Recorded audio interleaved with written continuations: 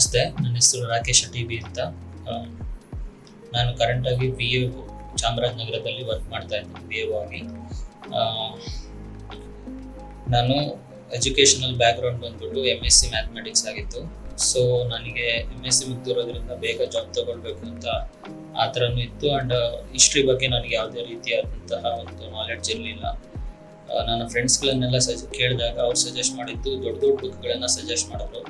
But ನಾನು ಅಷ್ಟು ಓದೋಕ್ಕೆಲ್ಲ, ನನಗೆ ಅಷ್ಟು ಟೈಮ್ ಸಾಕಾಗಲ್ಲ, ನನಗೆ ಬೇಗ ಜಾಬ್ ತೊಗೊಳ್ಬೇಕು ಅನ್ನೋ ಒಂದು ಆತರ ಇತ್ತು. ಹಾಗಾಗಿ ಒಂದಿನ ನಮಗೆ ಲೆಕ್ಚರಿಂಗ್ ಅಂತ ಶ್ರೀನಿವಾಸ್ ಸರ್ ಬಂದಾಗ ಅವರು ನನ್ನ ನೋಟ್ಸ್ ಅಷ್ಟೇ ಸಾಕು, ಅಷ್ಟು ಓದಿದ್ರೆ ಏನಫ್ ಅಂತ ಹೇಳಿದ್ರು. ಸೊ ನಾನು ಅದನ್ನು ನಂಬಿ ಹಿಸ್ಟ್ರಿಗೆ ಸರ್ ನೋಟ್ಸ್ ಮಾತ್ರ ಓದ್ತೆ. ಆ್ಯಂಡ್ ಅದರಿಂದ ನನಗೆ ತುಂಬ ಟೈಮ್ ಸೇವ್ ಆಯಿತು. ದೊಡ್ಡ ದೊಡ್ಡ ಬುಕ್ ಓದೋದನ್ನೆಲ್ಲ ನಾನು ಸ್ಕಿಪ್ ಮಾಡಿದೆ. ಹಿಸ್ಟ್ರಿಯಲ್ಲಿ ಒಳ್ಳೆ ಸ್ಕೋರ್ ಬರೋಕ್ಕೆ ಸ್ಟಾರ್ಟ್ ಆಯಿತು. ಆ್ಯಂಡ್ ನಾನು ಶ್ರೀನಿವಾಸ್ ಸರ್ ಕೋಚಿಂಗ್ ಸೆಂಟ್ರಲ್ಲಿ ಕಮ್ಯುನಿಕೇಷನ್ ಕೋರ್ಸ್ ಕೂಡ ತಗೊಂಡೆ.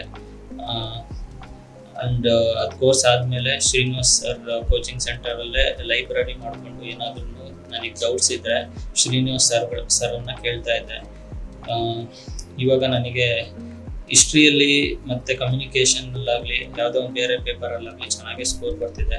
ಈಗ ಕರೆಂಟಾಗಿ BA 131 ಸ್ಕೋರ್ ಆಗಿದೆ, ಜನರಲಲ್ಲೇ ಆಗಿದೆ. ಆ್ಯಂಡ್ ಫುಡ್ ಡಿಪಾರ್ಟ್ಮೆಂಟ್ SDAದಲ್ಲಿ 1:3 ಅದರಲ್ಲೂ ಬಂದಿದೆ. 161 ಸ್ಕೋರ್ ಆಗಿದೆ, ಅದು ಕೂಡ ಆಗ್ಬೋದು. ಆ್ಯಂಡ್ GTTC ಅವ್ರು ಮಾಡಿದ್ರಲ್ಲ, ಅದರಲ್ಲಿ ಆಫೀಸರ್ ಗ್ರೇಡ್ 2 ಆ ಪೋಸ್ಟಲ್ಲಿ 2ನೇ ರ್ಯಾಂಕಿಂಗಲ್ಲಿದೆ. ಆಮೇಲೆ ಅಪೆಕ್ಸ್ ಬ್ಯಾಂಕಲ್ಲಿ 6th ರ್ಯಾಂಕ್ ಇದೆ. ಸೊ ಹಾಗಾಗಿ ನಾನು ಶ್ರೀನಿವಾಸ್ ಸರ್ ಅವರ ಅಂಡರಲ್ಲಿ ಗೈಡೆನ್ಸಲ್ಲಿ ನೀವು ಓದಿ ಅಂತ ಸಜೆಸ್ಟ್ ಮಾಡ್ತೀನಿ.